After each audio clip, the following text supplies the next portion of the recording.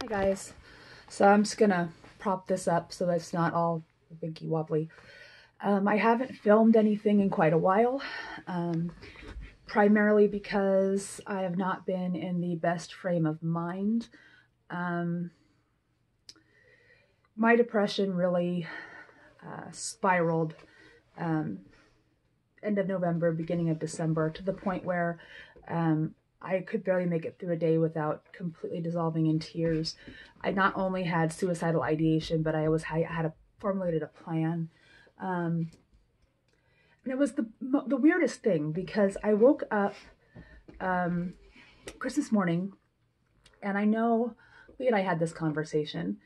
There's a certain amount of innocence that you retain even into adulthood, um, as long as your parents stay living. But once your parents die, even if it's just you lose just one of them, there's a certain bit of innocence that you lose, and in that you lose this sense of Christmas awe and wonder you once had. So since the dads died, Christmas really hasn't seemed like Christmas. Last year, 2017, we didn't put up a tree because I had had a foot surgery, and since I'm always the one that puts it up and takes it down, I didn't bother because I was off my feet from the Monday after Thanksgiving through halfway through December. So there was really no point in putting up a tree. We did put up a tree this year. It was kind of like we were going through the motions though. Like I really didn't even feel like I really wanted to do a tree. I didn't really feel like I wanted to stay home on Christmas. And Lee and I were both like, if I could, we'd just stay here and order freaking Chinese food and not leave the damn house. There you go. Unfortunately, we had to go, and it was good, family.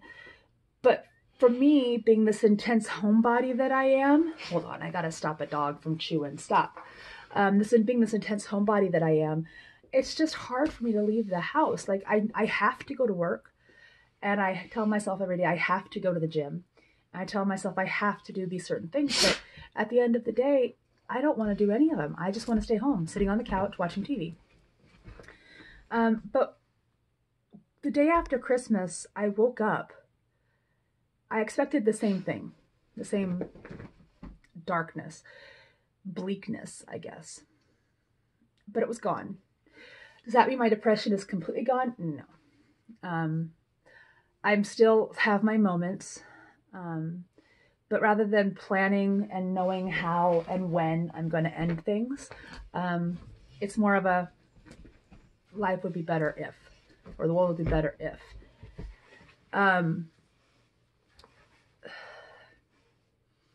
So my mindset is a little bit better. I was able to take a low census day at work on New Year's Eve. And so Lee and I, with Kay and Jess, headed off to Monterey. They had their own room, we had our own room, and it was nice. It was quiet. We wandered out on the wharf on Christmas Eve, had dinner, stopped at a couple of shops. By the time it was like 8, I was hurting. I was tired of people, and I was ready to go home. So we went back to the hotel, and we just kind of vegged out the rest of the night. It was a nice, quiet, intimate kind of ringing in the new year. He fell asleep at like 10 and woke up at like 12 minutes to midnight just to watch the ball drop. And then he went back to sleep, and so did I. So there you go.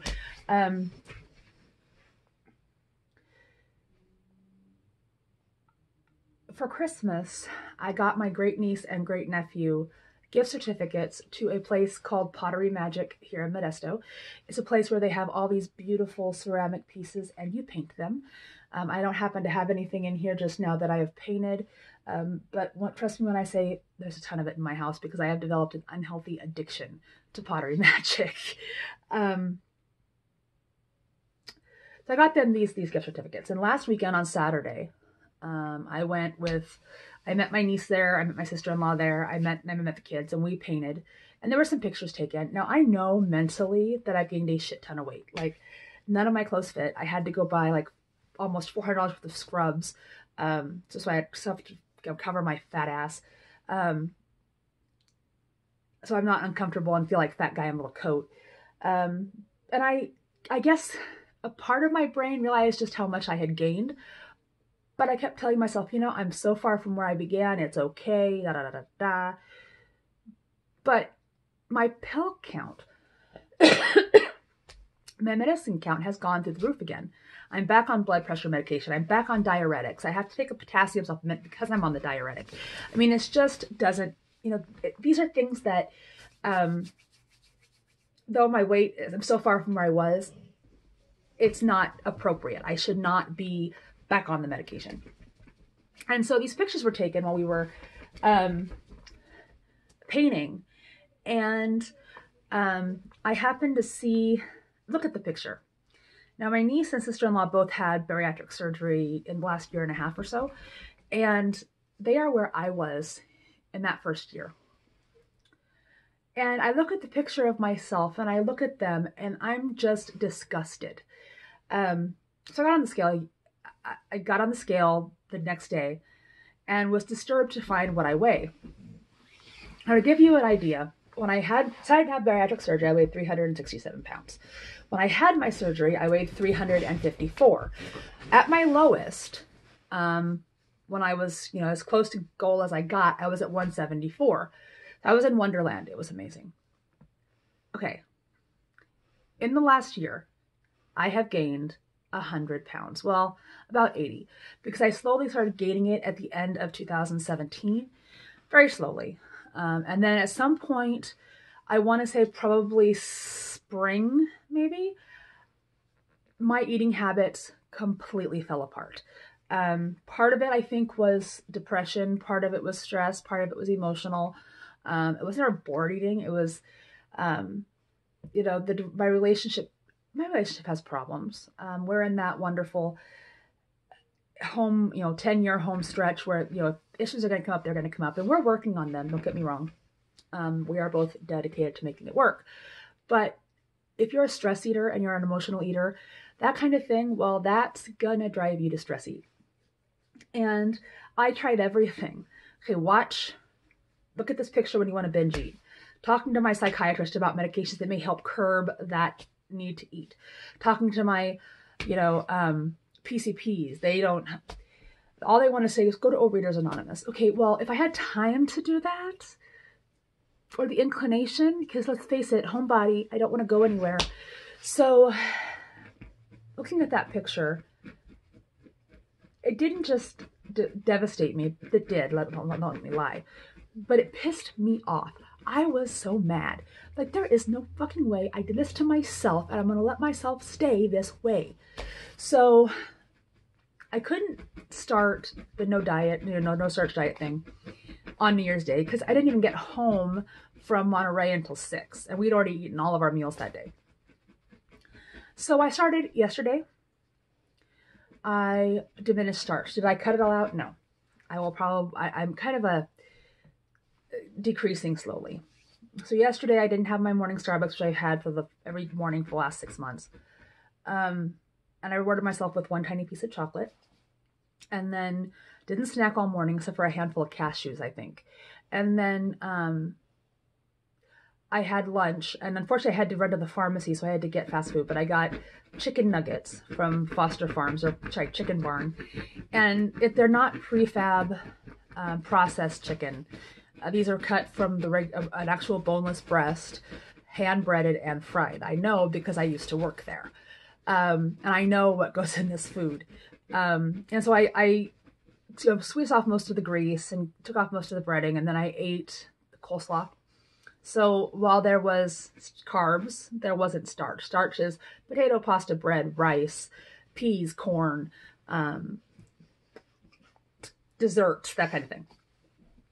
So, and then dinner last night, I had grilled chicken. I had broccoli, a lot of broccoli, and then I had a tiny itty bitty little portion of pasta. Today, since I've been up, I had my bottle of water at the gym. I had the 2 cups of coffee at home. I woke up starving to death, so I ended up making myself a fried egg with cheese and bacon bits. So that's all protein. And then I let myself have a Starbucks, but instead of getting the venti, I got the grande. I've always gotten it with non-fat milk, so that helps a little. And because of that, I wasn't going to give myself any chocolate at all today. And I have a shit ton of it laying around because Christmas. And then for lunch, I just took leftover chicken. There were no carbs or anything. And I ate a couple handfuls of cashews.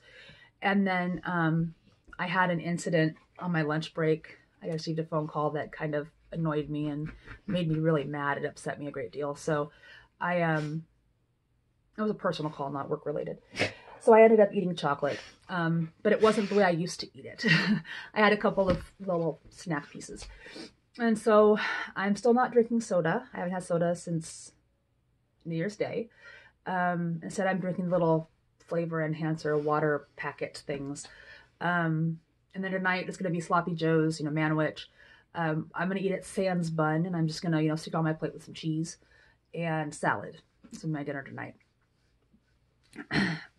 If my scale is to be believed, and the way I'm peeing every 15 seconds all day long and that's not just the diuretic. The diuretic stops about noon, and I'm doing this all day long. I believe it to be true.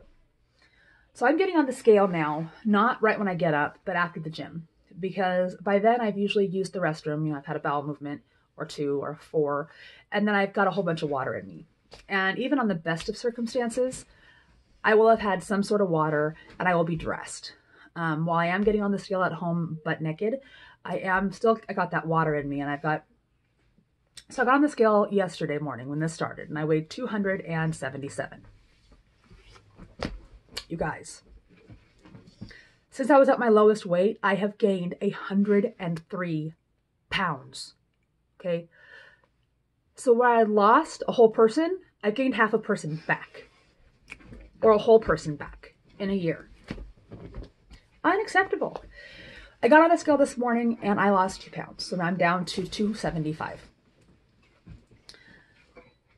My goal really is to really stick to it and get the weight back off. My birthday's coming up and I'm having surgery in 12 days. So I'm not sure how well the exercise is going to go because currently I'm kicking my own ass. I had gotten very lethargic, this hurts, I don't want to do it. No, I don't want to do weight training today because it hurts. I don't want to do anything more than just walk because it hurts. Well, hey, guess what? When I first started going to the gym, when I had my surgery, every single day hurt. Even though I felt great afterwards, even when I was at my lowest weight, every single day hurt. That's kind of the point. When I say it hurts, I'm not saying I'm injuring myself, but you're using muscles. You're wearing yourself out and you need to stop, dog. Sorry, she's having a conniption. You wear yourself out. You use those muscles. You tire them out. And that's kind of a concept. And so I just pansied out. So I've been kicking my own ass. So my hope is between that and I'm now tracking everything. I'm trying to maintain a 1,000 calorie surplus. Whether I'll be able to do that or not, I don't know. As of right now, I think I have probably a 1,500 calorie deficit. So if I only stick to about 500 or 600 calories for dinner, I should be okay. So that's what we're at. I've got to go deal with my dog now because clearly, if you can hear her, she's having a fit. So yeah, I'll keep you guys apprised. Bye.